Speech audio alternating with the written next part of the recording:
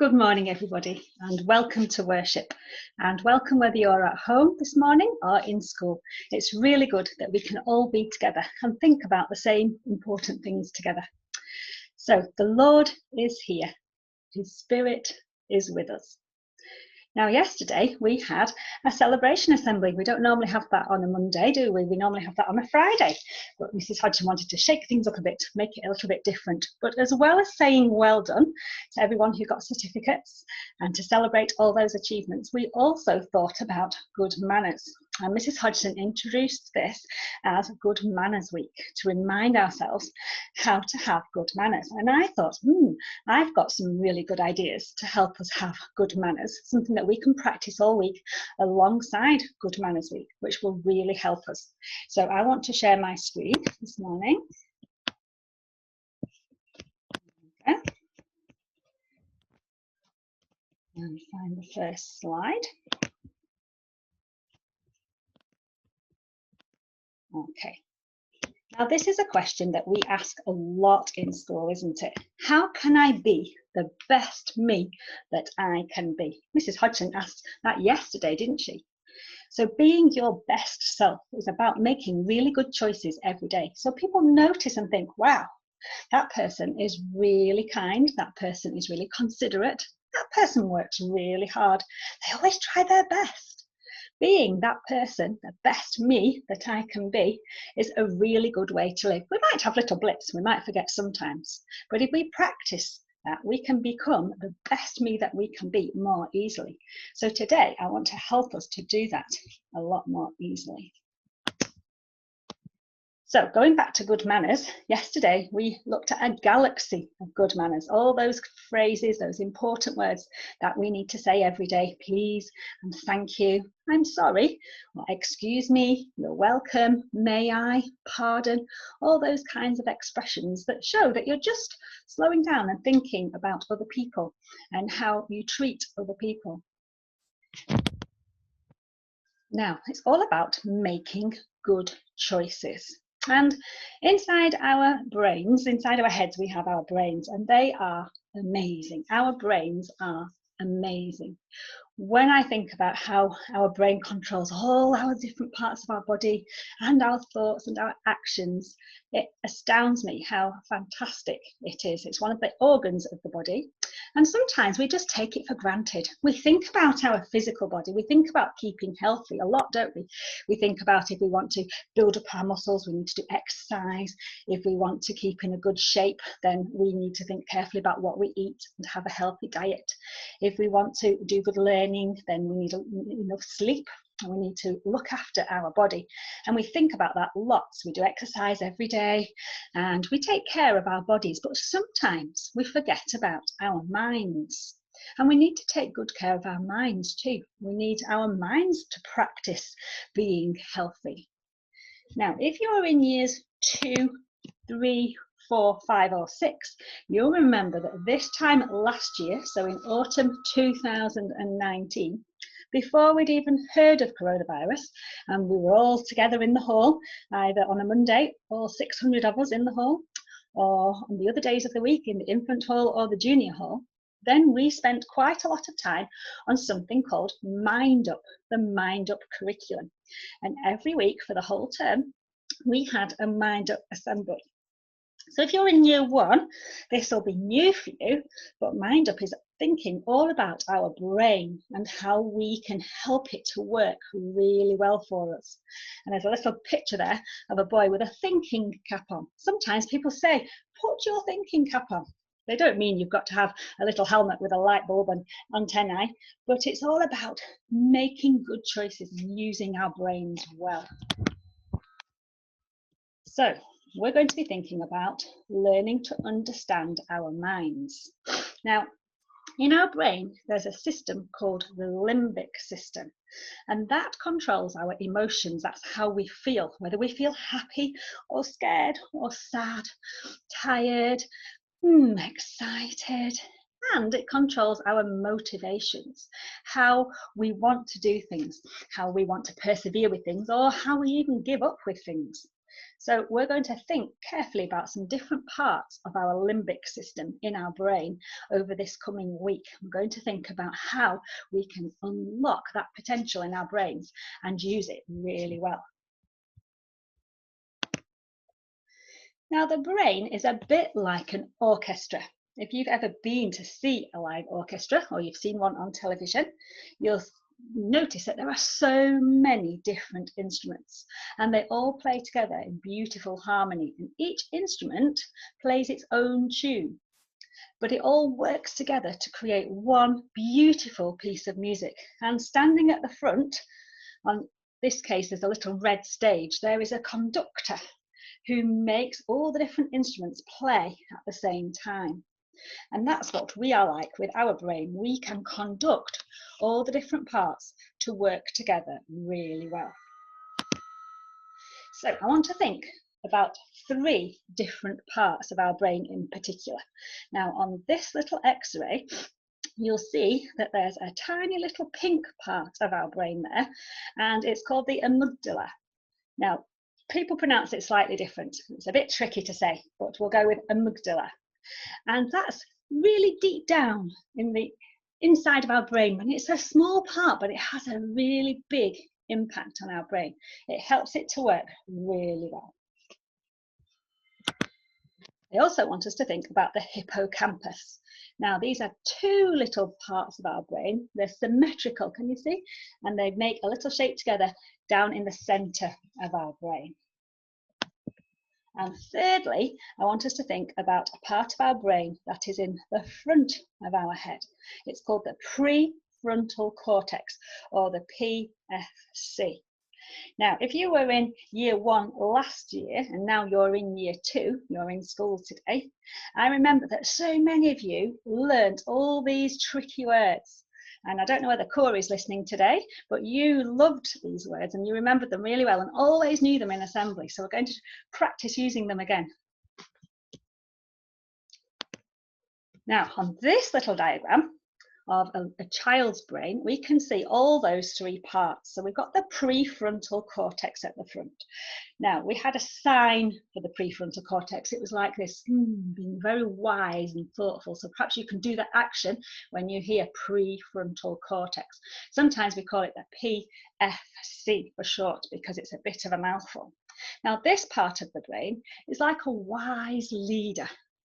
This part of your brain makes you stop before you react to something and reflect and think, how shall I respond to this? What shall I do? So it's a really good part of our brain to help us think and to not make a decision too quickly, but to think about the best course of action, the best thing to do. The hippocampus inside is a bit like a library. It saves our memories. It saves important things. So that's a really important part of our brain, because when we remember things, it can help us to make decisions today. So you might think, oh yes, the last time I did multiplication, I remember thinking in my brain of plates with cakes on. That could help me today. And then the little purple part of this brain, on this picture it's purple, there's the amygdala again, right down inside. Now, even though it's very small, it's very powerful. And last year we thought about it being a bit like a security guard who could say, stop, don't go any further, you need to stop. The amygdala can warn us of danger, and it can keep us really safe. It can help us to jump out of the way if something's going to fall and hurt us. It can help us turn around quick if we start to cross the road and then some traffic comes by that we haven't noticed. It can help us think whether something's going to hurt us or whether it's going to be pleasurable and nice. And it can prompt immediate reflexive reactions. That means you don't even have time to think, your body just reacts. And sometimes that can save our lives. That's really useful. If you're starting to slip, your amygdala will tell you to grab onto something. And that's really important because that can stop you falling and stop you hurting yourself. And sometimes we think about those reactions as a fight. So maybe if something falls, we kind of bat it away, fight it away. Sometimes we think about it as flight, which means we can turn and run away like a bird that was startled. They just fly away really quickly, don't they? Or sometimes it makes us freeze and think, oh, I don't know what to do. I'm just going to wait here. I feel a bit panicky. So fight, flight, or freeze. Our amygdala can make us do all of those things. And sometimes that's really useful and it saves us. So on the left, you can see some of our, well, all 5 of our senses. So every day, our body is getting things in. It's called input. When we put things in a computer, we're inputting information. So our body is taking in information through our 5 senses. So through things that we see, our sight, through sounds that we hear, might be somebody talking to us, shouting at us, singing, all kinds of sounds that we hear. Tastes. Sometimes you taste something and think, that's good, I'd like a bit more of that. Or, oh, that's really sour, I'm not going to eat that. Sometimes you taste something and it tastes bad, it tastes like it's gone off, and that will stop us from eating it and making ourselves poorly. So taste is really important. Smell. We can have smells that we enjoy smelling, pleasurable smells, maybe the perfume of somebody in our family who makes us think, I like that smell. Maybe baking when somebody's cooking. And sometimes our smells can warn us of danger. Maybe we can smell smoke. Think, this doesn't feel very safe. Something smells like it's burning. And then we've got movements or feeling. And when this sensory input comes into our body, our amygdala is the first part of our body that works and tries to process or sieve all that information. And sometimes it sieves it and thinks, yes, that's fine. I can enjoy that, no problem. And the message goes to our prefrontal cortex. And we can think, I'm going to enjoy listening to this piece of music. Sounds really good. Or I'm going to enjoy watching this film. And your body is nice and relaxed. Sometimes at the bottom of the page there, our amygdala takes in the sensory input and goes, stop. And we might fight something off, we might run away, or we might freeze. And sometimes that's really important and it keeps us safe. But sometimes our amygdala can trick us and it can tell us that something is dangerous, something is bad, and that we shouldn't stay around. We shouldn't try and understand it. We should just run away or panic. And sometimes that doesn't give us time to think. So for example, sometimes you might think, oh no, we're having a times tables test. I won't be able to do it. Last week I struggled. Oh no, I can't do it. And your body goes into a bit of a panic. Your security guard puts its hand up and says, stop. Well, actually, if you could just stop for a minute and engage or use your prefrontal cortex, you could be a bit more mindful about it. You could think, times tables, they're not my favourite thing at the moment, but I have been practicing, and last time I learnt a special way to count on my fingers to help me. I could use that today. And that will calm your body right down, and it will stop you panicking when you don't need to panic. So that's why the prefrontal cortex is really important, and we need to practice using it. We need to think, security guard, wait a minute, I think I can manage this. So this week we're going to be learning how to calm our amygdala when there is no danger, to get better at focusing using our prefrontal cortex. It can really help us with our learning, but it also really helps us to make good decisions. We're going to think about how we can store important ideas in our brains so that we can use them again and again. And that's going to help us become more mindful. And as we become more mindful, we will just use good manners naturally. And we will want to be kind and polite and help each other. So we talk about being mindful. That doesn't mean having a mind that's full of things, like in the first thought bubble with all those pictures crammed together. It's not mindful, two different words, where the full's got two L's, or f or l. Mindful is different. When you're being mindful, it means that your brain, your thoughts can be all calm and that there's space to think. You can have a look at those two different words at the bottom there. Mindful as two words, or mindful when it's got one word has only got one L at the end, one O, mindful. And being mindful is about being able to think clearly and carefully before you decide what to do about something. That thought bubble on the right-hand side with the sunshine and the 4 trees, that looks nice and calm, doesn't it? And I think the dog's walking along thinking, this is a nice park. Look at the sunshine. Oh, nice trees. But the human, the person, is walking along thinking, oh, I've got work to do. It's noisy. How will I manage everything? And it's a really different place in those two minds, isn't it? I know where I'd rather be. I'd rather be with the dog thinking, oh, what a lovely place. I'm going to enjoy this. So one way of being mindful is focusing, thinking about what's happening right now where we are, and taking notice of our surroundings, our environment. And you can practice that by thinking about what you can hear, being really quiet. Now, I'm at home and it's quite early in the morning. I can't hear much. I know my family are starting to get up. I know Jack's already been down for his breakfast. If I'm really quiet,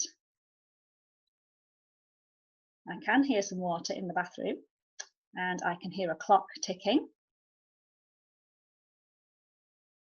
Can't hear very much. They've been very good, aren't they? Very helpful this morning. Think if you're at home or in your classroom what you can hear. You might want to pause the video and have a listen for 30 seconds to see what you can hear. Careful listening can help our minds to really settle down and focus our attention. So you might use that exercise before you start a lesson together with your teacher, or before you start your home learning today. You might think, right, I'm just going to make my brain really calm. Also, we can think of other ways. Sometimes we get a bit agitated, sometimes we're getting cross, and we can give our brain time to process something, time to think, by maybe counting to 10, by taking deep breaths in through your nose and out through your mouth. Or if there's a really big problem and you think you're going to get involved in it and you're not going to help, maybe you can move away from it. So there are different ways to calm our mind down. And the other part of being mindful is not judging quickly, waiting before you form an opinion, waiting before you think, oh, that's wrong or that's naughty, waiting and finding out the whole story, what's happening, before you decide what's going on in a situation. And that can be really helpful. Sometimes people rush in and they say, stop hurting my friend. And then they get into trouble. And maybe that person wasn't hurting your friend. Maybe they were playing a game and you hadn't waited long enough to find out what was going on. So being mindful is about slowing down and thinking, I'm just going to watch, just going to listen before I decide what's happening here. So this week, and not just this week, but forever, we're going to try our best to be mindful, thinking before we speak or act. And we're going to practice it together. We're going to learn it together. And if we want to get good at anything, we have to practice, don't we? But we can help each other.